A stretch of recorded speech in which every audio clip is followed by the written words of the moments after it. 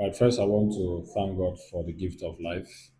I want to thank God for the wisdom that He has given to each and every member of the NUJ in Akwa Ibom State. I'd like to also acknowledge with gratitude the support that we have received from well spirited members of the public ever since my administration assumed office on August 2nd, 2025.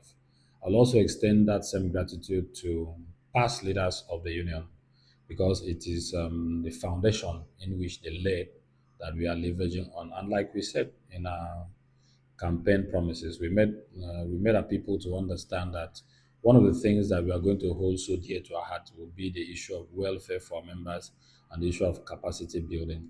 And we cannot talk about welfare and capacity building for a professional body like the NUJ when you don't consider trainings and retrainings.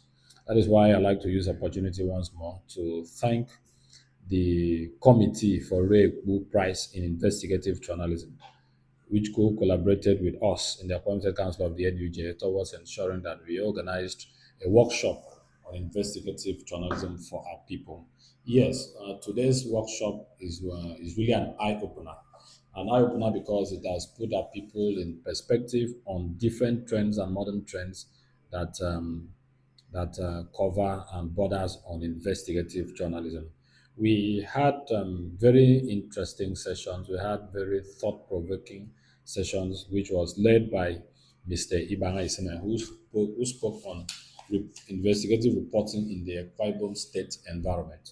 And why is this thing very important for us? Because we are operating from Akwa Ibom State. And Akwa Ibom State is an environment where everybody knows each other.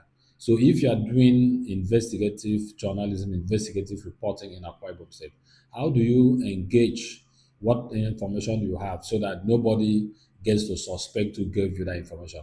How do you ensure that the information that you put together does not give another person some level of problems?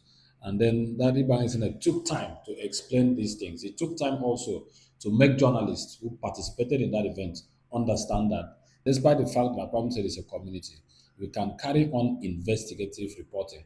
We can execute our investigative journalism without offending any other party, except those that wants to be offended in the course of that responsibility. So our members really enjoyed that session, and then it followed with after that lecture, we also had Comrade Ekemini Simon, a standing well journalist of appointment instruction, an award-winning journalist of multiple award-winning journalist who also shared his experience in investigative reporting. And whoever goes into investigative reporting, whoever takes upon himself or herself to do investigative reporting, must definitely have a story to tell. This story will either encourage you or discourage you from practicing. But in the midst of all of this, my own concern, my own consideration, our consideration is that the story that was given by a community was enough inspiration to encourage others to go into that line of practice, investigative journalism and investigative reporting. Also had the main lecture of the day that was delivered by Mr. Dayo Ayitan.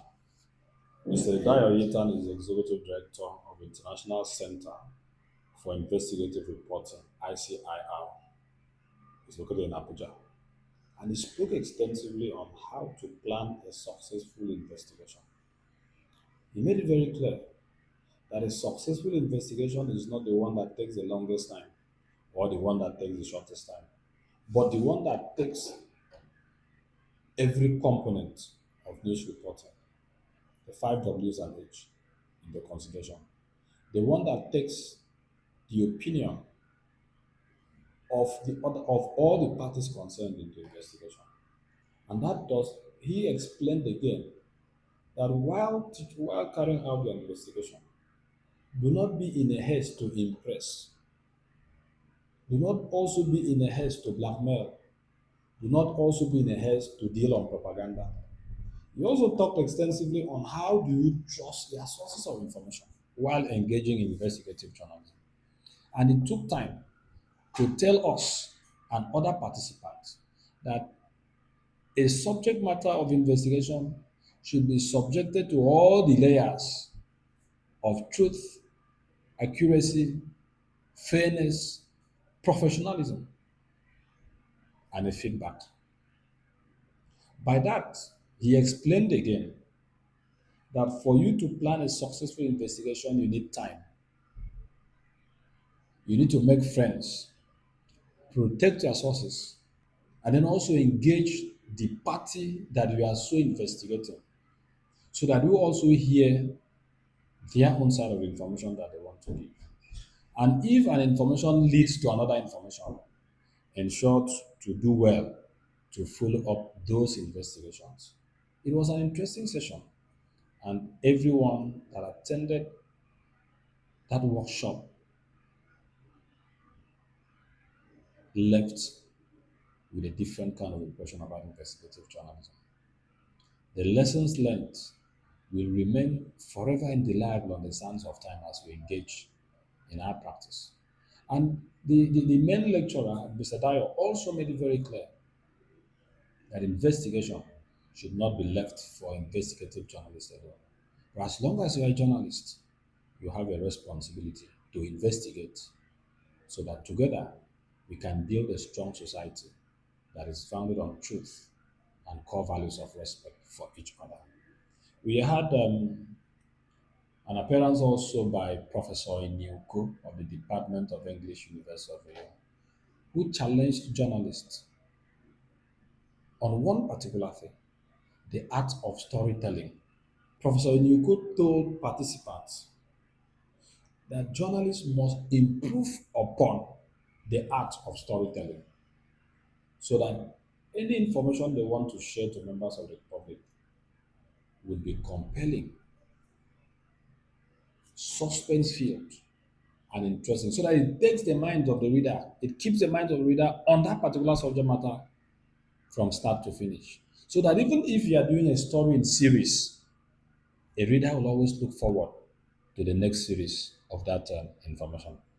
And journalists went home satisfied that they actually sat through that workshop. For me, I decided to dedicate a whole day for this purpose. And I'm glad that it is not one of those days that the pressure will be mounting on the chairman of the union for one or two engagements. And I'm glad that I was a part of it. It was an event that recorded high success.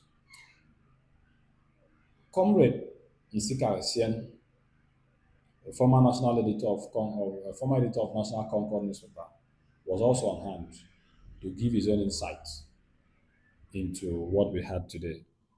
And I must say, we benefited a great deal. And this is one of the ways to build capacity among members of the union. It is our belief, it is my own belief and understanding too, that going forward, we will continue to have many of these kind of trainings that will benefit our people. Before this time, we've had training for our members that was jointly sponsored by Clement Song Foundation, where our people were educated on how to track and report ecological funds.